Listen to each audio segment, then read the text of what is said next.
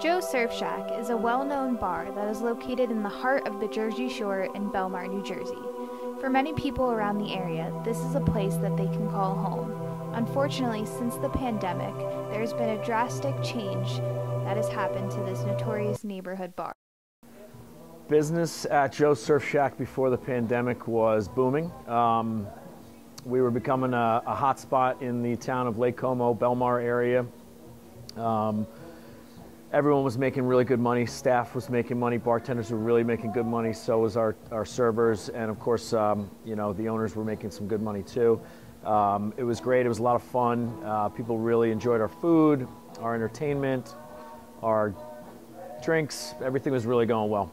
What has changed for me as a manager? Everything has changed for me as a manager. I went from managing large groups of customers to managing a defined number of customers.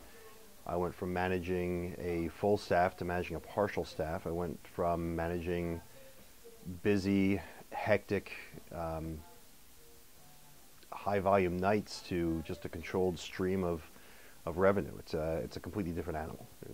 We had to develop our parking lot into a restaurant pretty much, purchasing tables, bars, chairs, lighting, heaters, tents, etc. So we've reinvented our restaurant probably 8 to 10 times since March.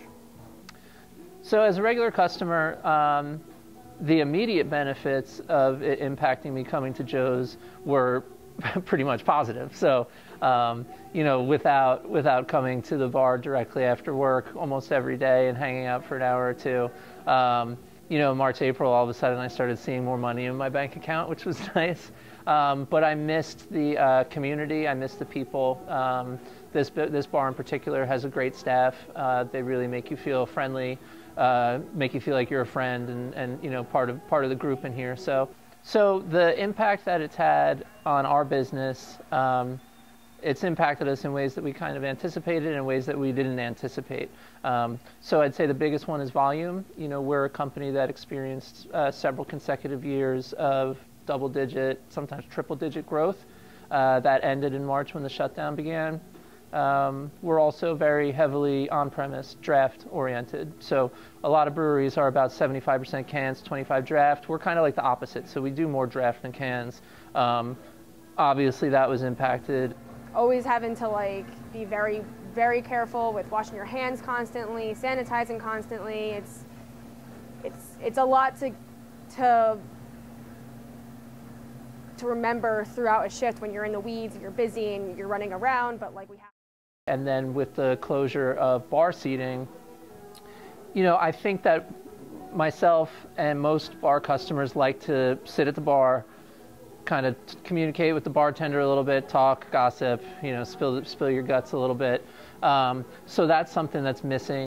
I think my perception of the restaurant business at this point is it's struggling to survive. It's sort of like being on a ship that sank and you don't know which way to swim towards land. You don't see land anywhere. You're just treading water and waiting for someone to come by and save you. It's a very different industry. It's an industry that needs a lot of help right now. The way this affected the hours I work and the money I make, I mean, my hours got cut down by 20 hours every week, and the money is definitely not as much as I've been making, so I have to work more or harder, or I have to do side jobs, and it really does, it sucks a lot. I do think that we will get back to some normalcy, but this has changed the world forever, I think.